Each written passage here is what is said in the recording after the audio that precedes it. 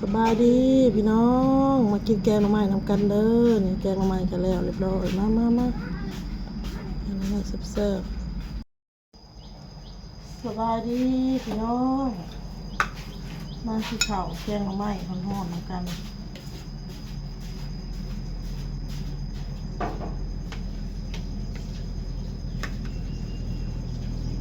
ข้าวเช้าพี่น้อง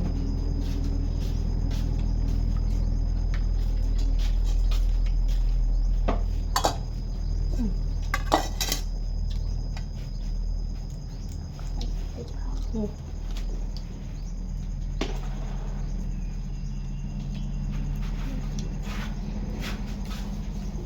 ชื่อดีมากมองดีมาก ถึงหยอกมาเถอะค่ะไม่อยากอะไรนะกลัวเอา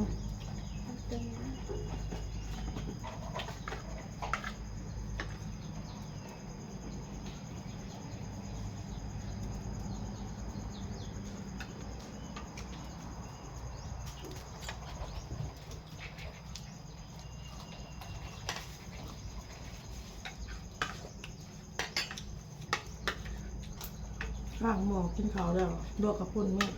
เลยตำพร้อมพายมือ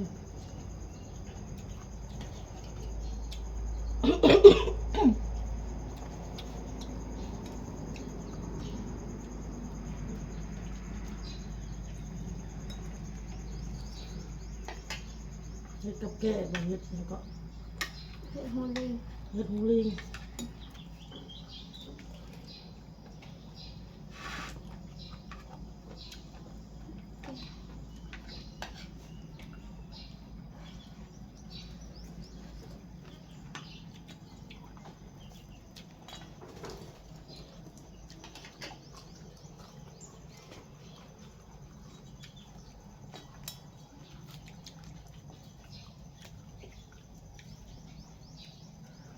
เอาโตกินแล้วพี่น้อย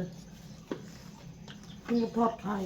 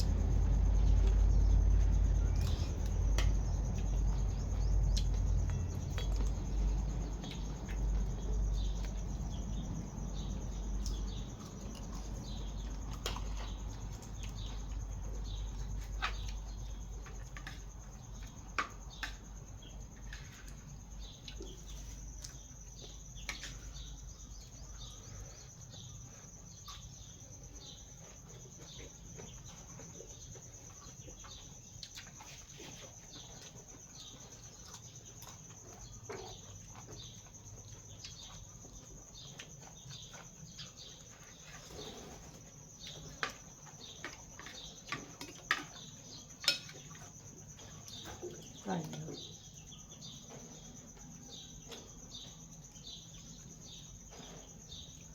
พอดีเนาะจางนิดนึง พอดี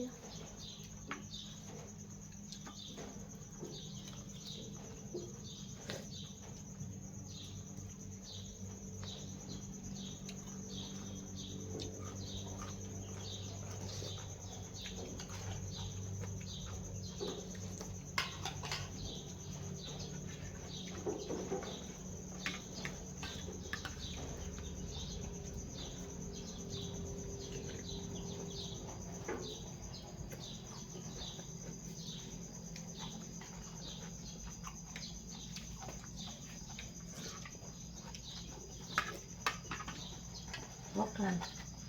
ดูทอดไก่เอาตู้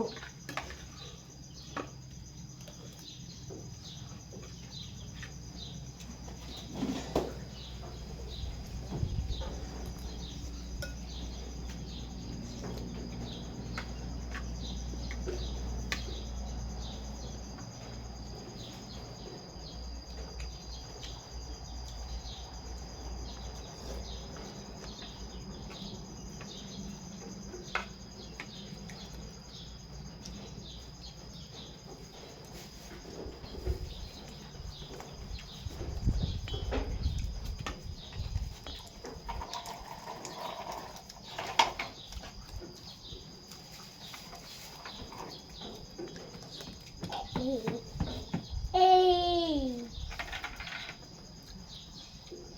หิว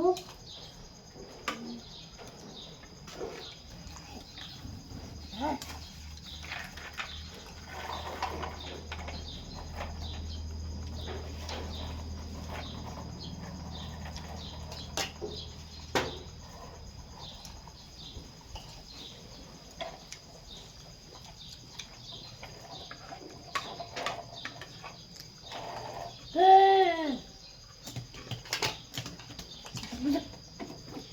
ยดูยูดีเว้ย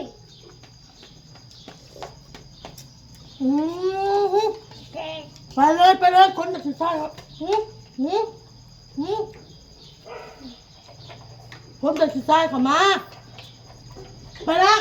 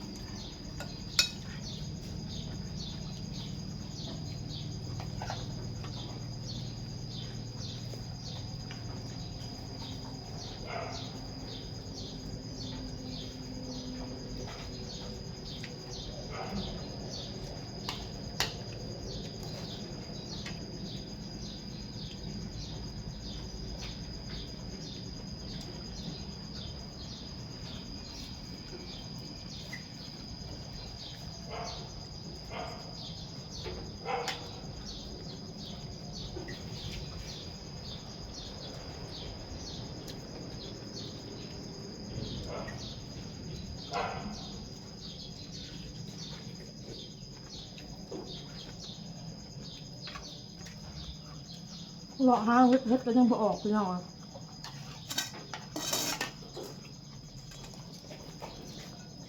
ยันหมดเดือนนี้อยู่พี่น้อง ทางอื่นน่ะกินจนว่า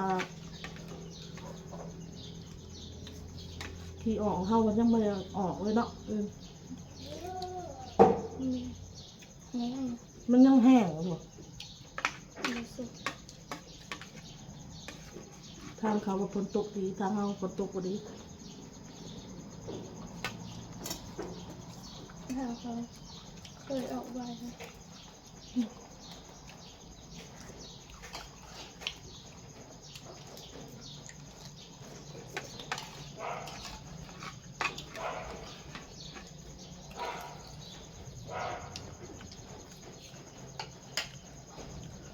มื้อเช้านี่จะขายไปซะ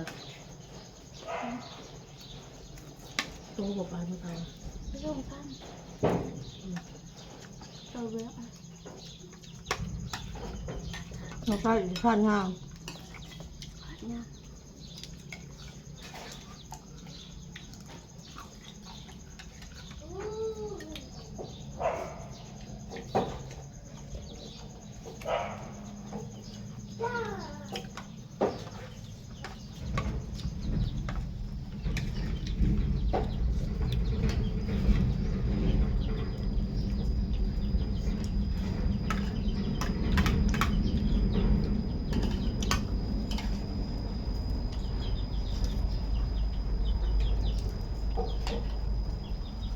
เขาตั้งเฮ็ดตะโค้งซื่อๆบอกเลยว่ามุงพร้อม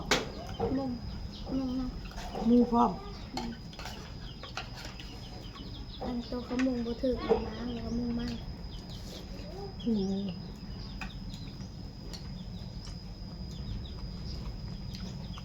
มันหัวปะ ไม่ก็เห็นก็คือ เออ จีนมันมากจะเห็นน้ำมัน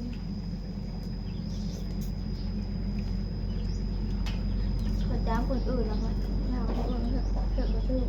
อืม